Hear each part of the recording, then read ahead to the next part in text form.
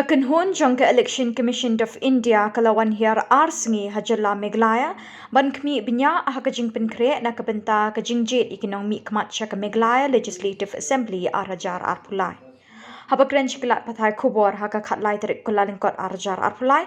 Chief Election Commissioner iathuh bakat jinglum jingtip election arajar khatpra Jylla Meghalaya Jylla Duna Paidbah ban Shim Bynta ban Thep vote.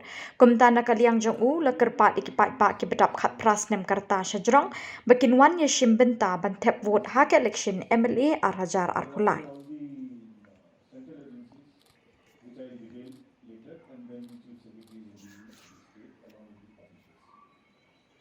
This press conference, where we narrate and give you the details of our visit to the Meghalaya and about the preparedness for the elections.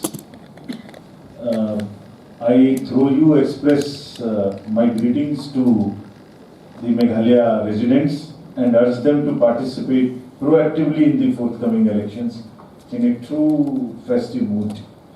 Meghalaya is a peaceful state, and elections are always held in the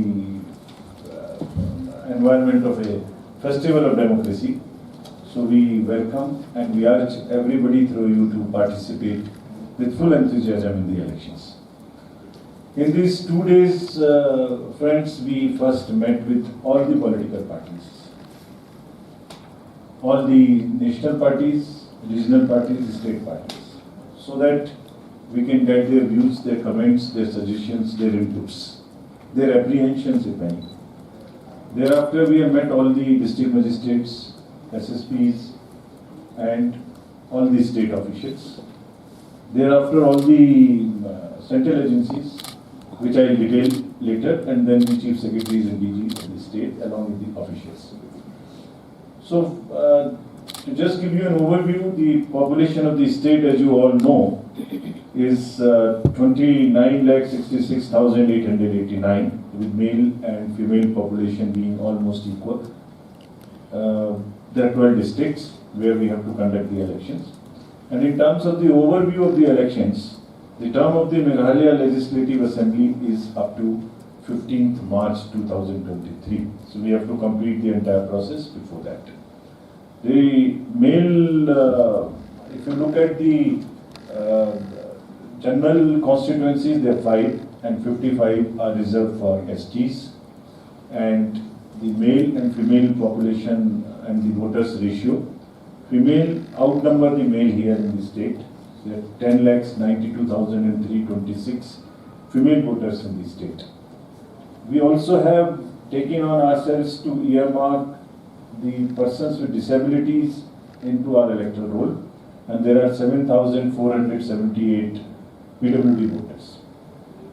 We are also very happy to report to you that all over the country, and so in Meghalaya, we are marking all our voters who are 80 plus, and Meghalaya has in our electoral rolls 22,658 electors who are 80 plus, and we are very happy to also tell you 290 amongst them are 100 plus. So our respects to them. They have been always participating in the elections, and it's because of them that we are here in this shape of the democracy.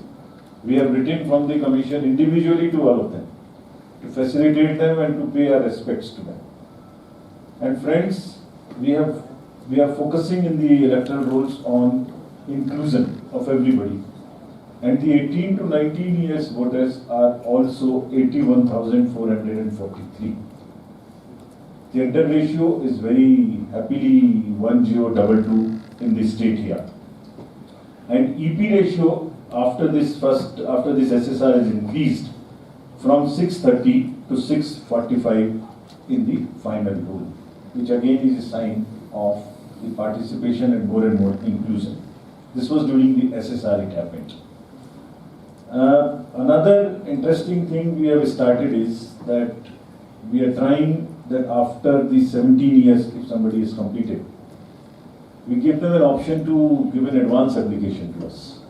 So we'll keep it with ourselves, and whenever they turn 18, we'll make them voters. This is to start inculcating the democratic values and ethos right from the beginning. And you will be happy to know that 950 youth of 17 plus age have registered with us in advance. So this is again a happy situation that people of the younger age are coming forward. Since 81,443 are 18 to 19 years, and I would request that when we have taken efforts to enroll them, they also convert this thing from roll to poll. They also should come and vote in the elections which are coming. To give you an overview of the polling stations and the preparations which we have made, the number of polling stations in the state is 3,482 with around 620 voters average, and predominantly rural settings, 3,157 being in rural areas. Friends will manage 120 booths with women, all women staff, polling officers, presiding officers. Even the police and the police personnel would be women. So this is again a effort which Commission is making all India to make women empowerment our theme. And similarly, this time, as the youth we are registering, we have also started setting the booths which are managed only by youth. Means who have been into the government service just recently, we are picking up, and there are 60 booths which will be managed by our young employees, so as to give them the pleasure and the privilege of managing the booth and conducting the elections. And 50% of the polling stations, that's close to 17,041, would be webcast. We'll make arrangements that there are webcasting is done from those polling stations. Next, if we come to the facilities which we have directed the district officials to make available, there would be toilets. These are the minimum facilities which would be available at each polling station. Toilets, drinking water, electricity, ramps for the PWD friends and the voters, and there would also be a voter facilitation desk which the PWDs or our senior citizens or anybody who wants to take help can take help. I will mention about the digital part of it in the next slide. Next, for an enhanced voter experience, there would be 60 model polling stations also, and which would be green initiative of the Commission, so that we are environment friendly. And as I mentioned, there would be women-centric, all women managed booths, which are on the right side. There would be 122. Next, 60 PS, as I mentioned, would look like this. They will welcome you, and the PWDs at some of the identified places will have booths, which will be all managed by persons with disabilities. They are also. This is also our way of giving them honor and saying that they are fully empowered, they can handle as anybody else can handle. Strict directions have been given that AMF, assured minimum facility, should be on all booths and no violation of this. Senior citizens, as I mentioned, have an option which Commission is giving to, if they do not want for any reason to vote to the polling station, the Commission will go to their houses. So there is a provision of Form 12D which they can file, which will be open after 5 days of the nomination. The senior citizens can register. Our experience is that many of them want to come to the polling station because they want to also participate in the festival of democracy. But if they decide, for some reason, our parties will go home and take their vote. And how would we ensure the secrecy of the vote? The team will go, the political agents of the political parties or candidates would also be allowed to go with them, so that nobody can influence the vote of the senior citizens. This will be videographed also, and this will be communicated in advance as to when the parties will go and pick up the votes.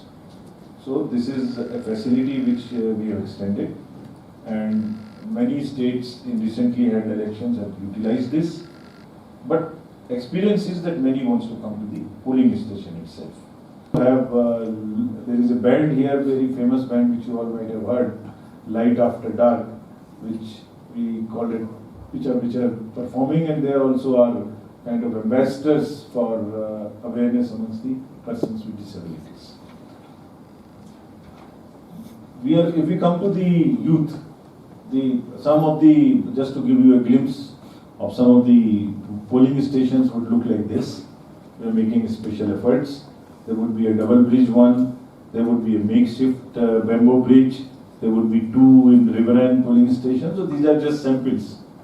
We are trying to make the experience of the polling station as friendly, as easy as possible for the voters. To target the urban and youth apathy, which is there in some parts. Some people think that why go and vote, which is so in urban areas and also amongst youth. So, Commission and CEO Meghalaya has identified 5 lowest turnout booths in every constituency, and that comes to 300 booths. So, all district election officers, under the guidance of CEO, are making all efforts to understand why there was a low voting last time in those 300 booths. So this is a targeted intervention which one is making, and also making targeted intervention through the suite for women, for youth, for PWDs, for senior citizens. So I would request through you again to all our young voters to please come and participate in the democracy festival. If we are also committed to conduct free, fair, transparent and inducement-free election. For this, while we have directed to everybody, and what we have directed I will tell you just now, but before that, we are using technology to empower the citizens. So there is an app called See Vigil. Citizens, be vigil. If you want to make any complaint to the Election Commission, just download this app and you can take a picture, upload it. If something wrong is happening, if cash is distributed, you can just take a picture and just upload this. This is your complaint.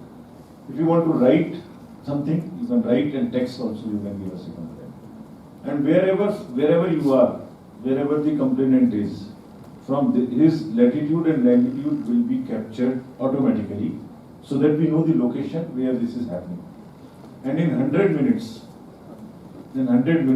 our teams would reach, within 100 minutes maximum, teams would reach, check it, and come back to the complainant that this is what is the status. Yes, your complaint was right, it has been tackled, or it was partially right, or it was not right.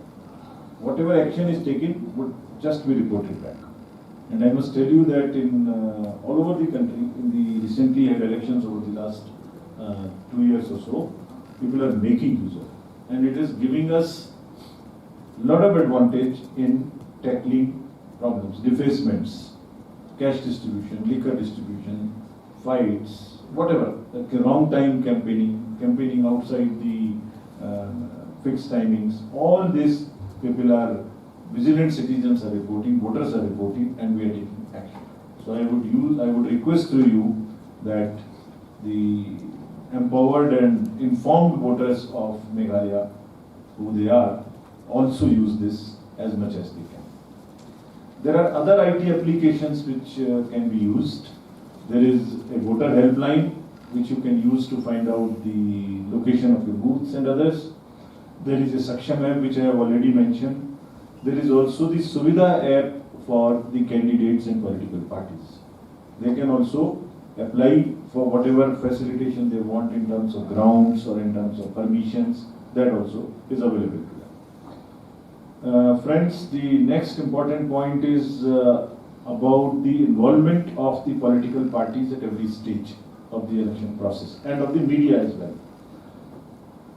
The hallmark of the election, which means that every part, every action of ours is in a transparent mode.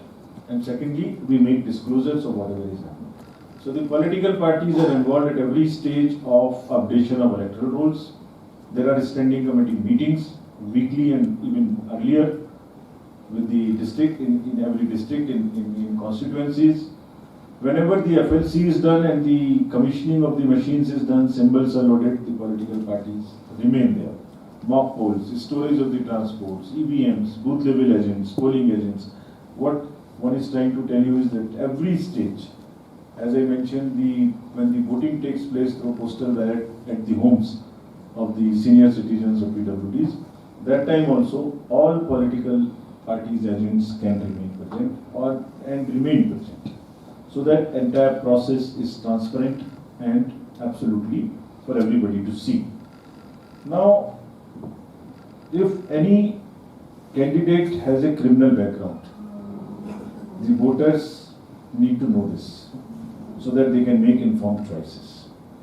So this particular application, Know Your Candidate, KYC, allows the voters to see the criminal background of any candidate.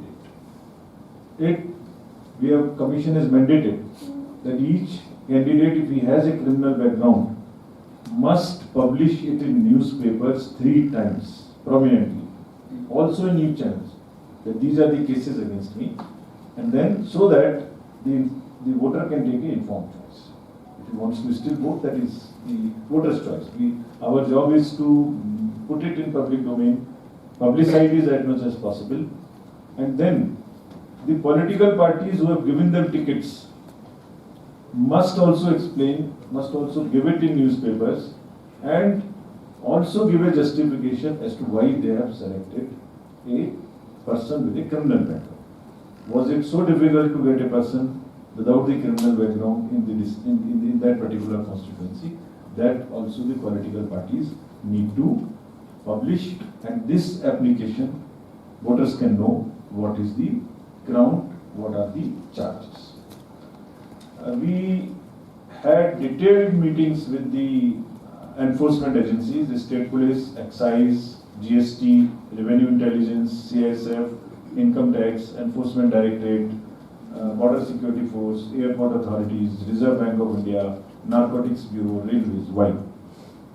The purpose behind this was that they all come together and create a situation and a environment which ensures that elections are inducement free. There is no scope for the freebies to be distributed, the cash to move from one place to another or to be distributed, drugs, which is a very, very serious issue, is not transited from here or not consumed here. So we have given directions to everybody, and they will be on their job very strictly. They'll have checkposts at all the interstate and international borders manned by also the paramilitary forces wherever necessary. They will have CCTV cameras there. The Narcotics Bureau will have close look at the route which is used for the transit. Air Intelligence Unit will keep a check on all the planes or the choppers coming into the state or going out of the state. This is in addition to the scheduled commercial flights. If any chartered flight is coming or if any helicopter is coming to the state, the mechanisms are being put by these agencies in place that they come to know of it in advance, and there are standard protocols to do the checking of those things also, so that there's nothing irregular or illegal which comes into the state to influence the elections or to disturb the level playing field at any stage. With the help of all of you, this is what we wanted to convey. And also, media has always been Commission's very close ally, because you are the eyes and ears. It's through you that we hear what is happening in the state, and it is only through you that we communicate to the voters. So today, we would like to communicate through you to the voters of Meghalaya that they come in large numbers, vote, youth, young, male, female, PWDs, old alike, and also use our applications to tell us vigilantly if there is anything which is happening against the instructions or against the law. Law and order front, we met all the political parties. We also took feedback from the state police, from the chief secretary, from the DG, from the DCs, from the SPs. We have asked them to be very vigilant, but general law and order is all under control and peaceful. And this is what they expect, and they will ensure that it remains so during the elections as well. As regards everybody to vote from home, that's a technological era. When will it happen? How will it happen? I cannot astrologically tell you, but that's a thing we should, as and when it develops in the world, that would happen on its own pace. Technology will take its own course. Common points which the political parties asked us. Most of them reiterated. They have been having regular meetings with the chief electoral officers of the Meghalaya.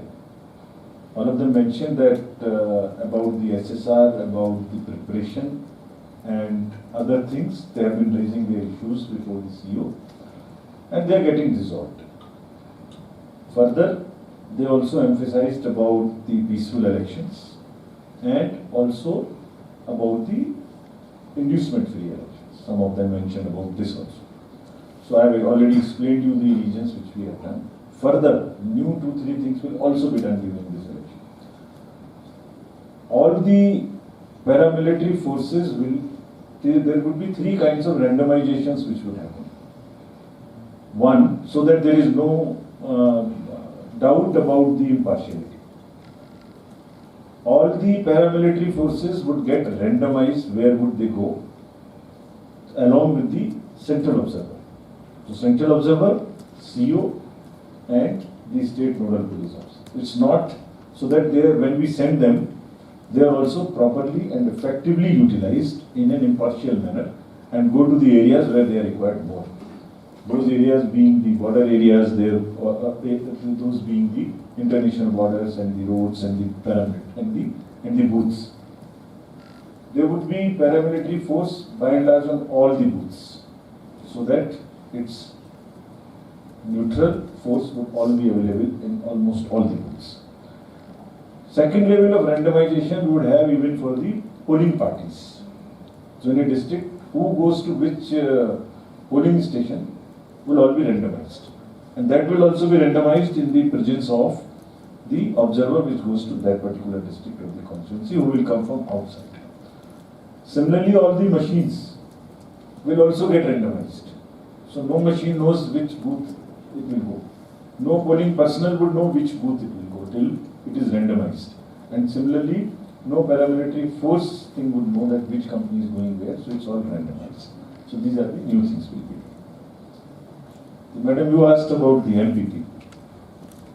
The rules provide for political parties to file their reports, finances and the contribution reports in a prescribed time. The specific complaint you mentioned was raised. By that time the party had not filed. There are provisions that after every election you have to file it within a prescribed time, and the party as such accounts have to file annually. So there were varying level of delays by various parties in various elections. They have now filed it. So that and we have made the filing process, we are making it far more robust, so that all over the country, it's not only this, there were many who have not done it. So you must have read it also that against the registered parties, there are compliance discipline is being made far more stricter. There are also, we are making it online, that's in the work in progress. So these kind of things would not happen, but they are now fighting. You mentioned about one specific complaint. That's not exactly in my notice, but we'll ask the CEO to respond to this. The action, wherever any complaint comes to us, we have asked again all the DOs to properly register all the complaints and respond. So this, whichever complaint has come, will also be looked at and responded. Reviewed it at length, both the things, and all the district officials have had detailed discussions with them, and both the sides, and including the transit which happens from Assam in certain booths, it would be absolutely peaceful. There is no need to worry or fear at all. They would be able to participate despite whatever had happened. Both the sides have held joint meetings, both this side and that side of the border. And at the senior level also, at the CS and DG level also, those discussions have taken place. We are alive to that situation, but there is nothing to worry at the moment. Our observers and news, they are mandated, they look at it, that they do it. And they do it prominently. Also in the local newspapers and also on the electronic media. So, when we have mandated, most of the candidates, all the candidates generally do it. If there is anyone you come to know that they have not done, we will take. But they do it. Continue with this. During the last assembly election in Meghalaya, how many cases were filed with the commission and what is the percentage taken? Means the publications done by how many candidates? Again, about the poll by violation by the candidate by the parties during the last assembly election. How many complaints do you receive? 2018 you are asking. Yeah. I don't have that data. The CEO can we can give you that. We can give you that. No problem. See, there are two things on this. One is political parties have, as of now, as per the existing law and as per the existing democratic practices, have a right to make promises to the voters. That is their right. It is also voters' right to know what is being promised and also to an extent, is it feasible or would it be implementable or not? As you know, the debate is going on in the country on this particular aspect. But as of now, the announcements cannot be curbed that way directly. So, when the MCC comes into play, right now there is no MCC as well, we'll look at all this in whatever is the permissible within the existing law and the instructions of the Commission.